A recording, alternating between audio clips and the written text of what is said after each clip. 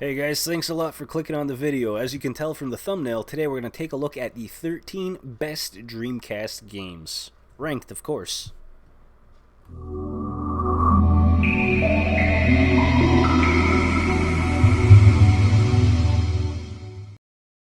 Okay guys, so the way we tabulated the 1st to 13th ranking was I used several different top 10, top 15, top 25 lists of Dreamcast games, and they were all assigned a point value. The more often you were higher ranked, the more points they accumulated. So this is the top 13 Dreamcast games, and this is a combination of, again, their ranking on a top 10 list, their Metacritic score, and of course player reviews. Hope you enjoy it. Don't forget to tell me your favorite Dreamcast games down in the comments, and if anything else guys, I hope you get a kick out of these crazy Sega Dreamcast commercials from the late 90s, early 2000s.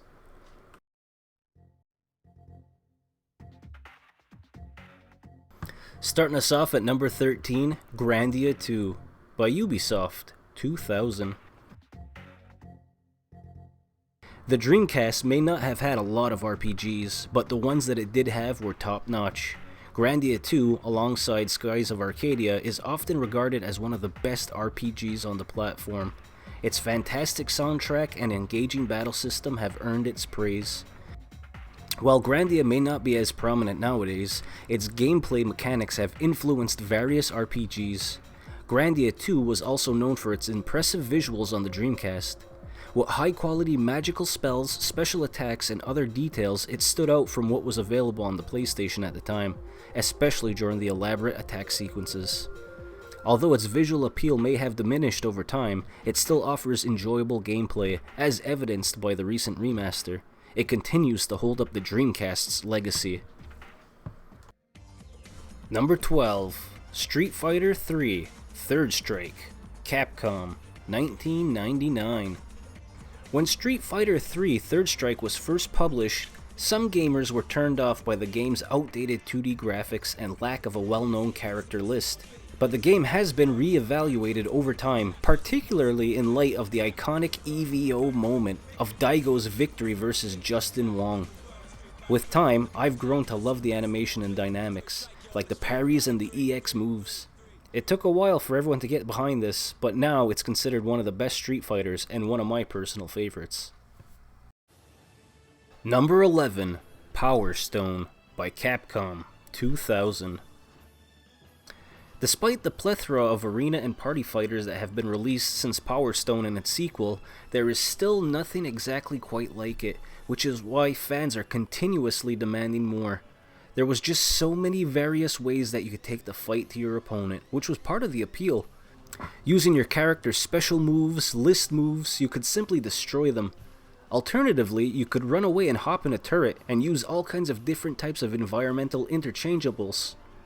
Pick up one of the seemingly hundreds of items or find the 3 Power Stones, transforming into your incredibly strong alter ego and completely change the course of the battle in your favor. Number 10. Ikaruga Treasure, 2002.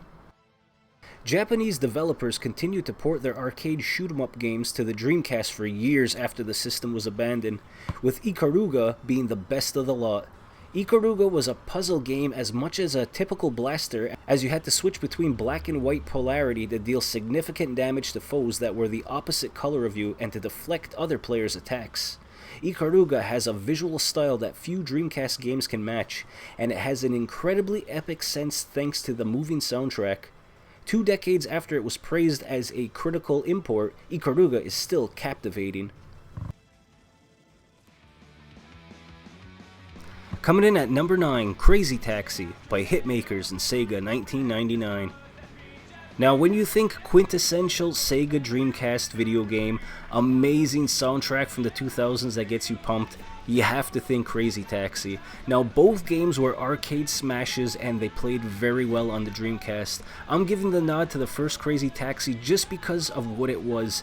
You know, racing around trying to collect money, changing out your cars, your different drivers, picking up all the different clients, looking for all those shortcuts, all the different ramps.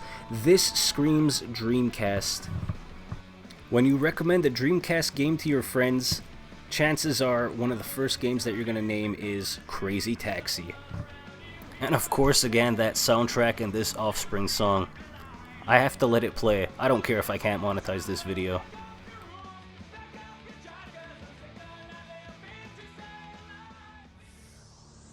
Number 8, Sonic Adventure 2, Sonic Team USA 2001.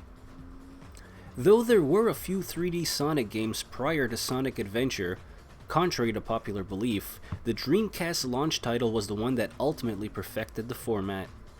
Though it's obviously not Mario 64, this amazing platformer nevertheless takes a fresh approach to the narrative. Sonic Adventure 2 introduces new features, characters, and themes to tremendous effect, building upon everything that made the first game so fantastic. Hero and Dark Chaos was also added to Chaos Garden minigames, which also had a total makeover. Playing as Shadow was very cool, especially at the time. Again, 2 took everything that was awesome about the first adventure and built upon it.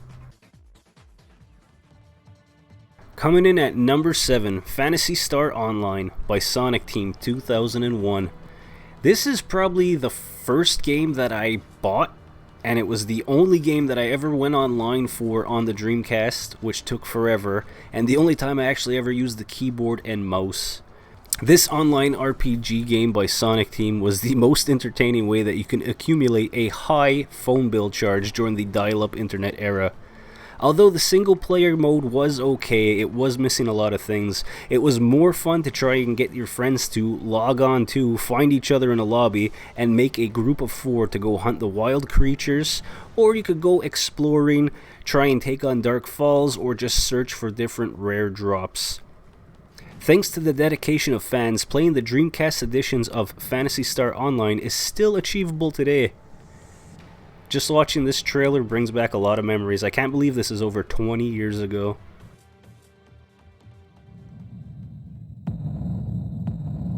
Number 6, Rez, United Game Artists, 2001. Tetsuya Mizuguchi, known for his work on games like Lumines and Tetris Effect, played a part in producing Rez. The game stood out not just for its uniqueness, but also for its cool factor. It successfully blended rave culture and rail shooters, drawing from the open-ended creativity on the Dreamcast. The development team of Rez still holds sentimental attachment to the project, especially as it was released during the decline of the Dreamcast.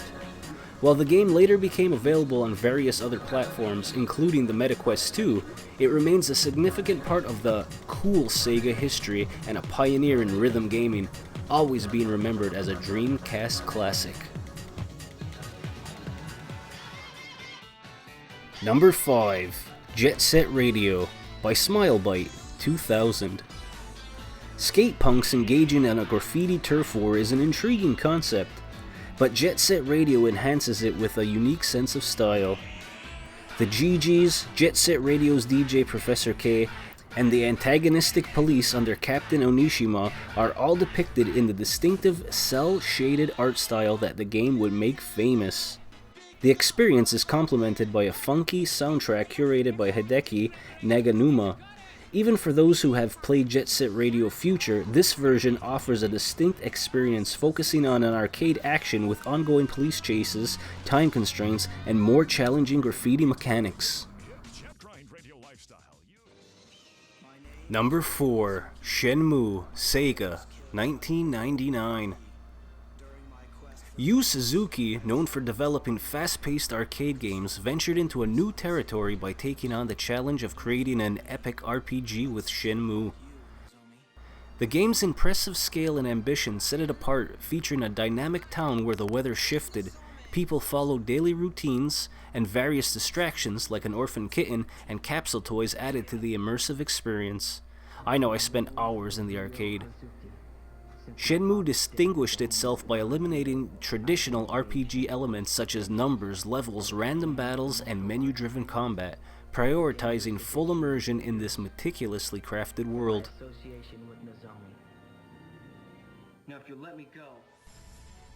Number 3, Skies of Arcadia, Overworks, Sega, 2003. Like I previously mentioned, there are several RPGs available for the Dreamcast, but only a few truly stood the test of time.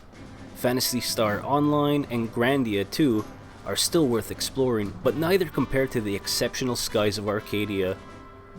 The Dreamcast GD-ROM discs were smaller than standard DVDs, resulting in many games being spread across multiple discs. Developed by Sega internally, the game follows the adventures of Vyse, a young sky pirate, as players strive to thwart an evil empire's plans to revive the ancient weapon called Gaius. Skies of Arcadia is widely regarded as one of the greatest RPGs ever made and remains a top contender for a much anticipated sequel. Number 2. Marvel vs. Capcom 2 New Age of Heroes, Capcom 2000. Capcom's crossover fighting games have always been fast-paced, featuring extensive combos, aerial combat, and powerful special moves. However, Marvel vs. Capcom 2 elevated these elements to new heights. The game is a common presence on top 10 lists, and it's been on a few of mine, offering a vast selection of 56 characters from various franchises like Street Fighter, Darkstalkers, Mega Man, X-Men, Avengers, characters from Resident Evil, and more. The game's intense 3-on-3 tag team battles appeal to fighting game enthusiasts, and its status as a renowned tournament game has solidified over decades of high level of competition.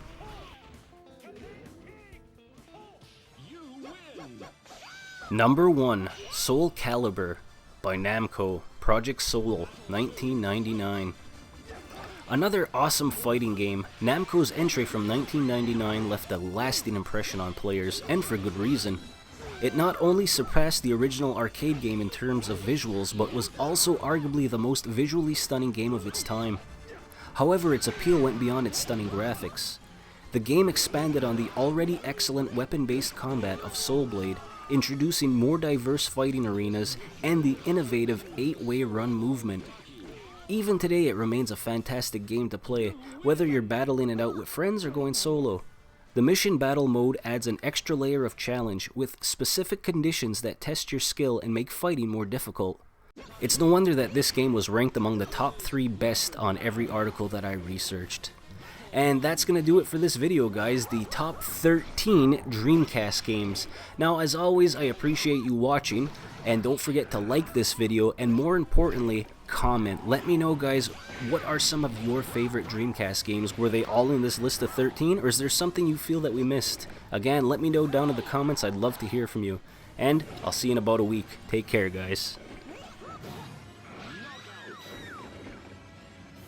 Taki was seriously wounded, but the soul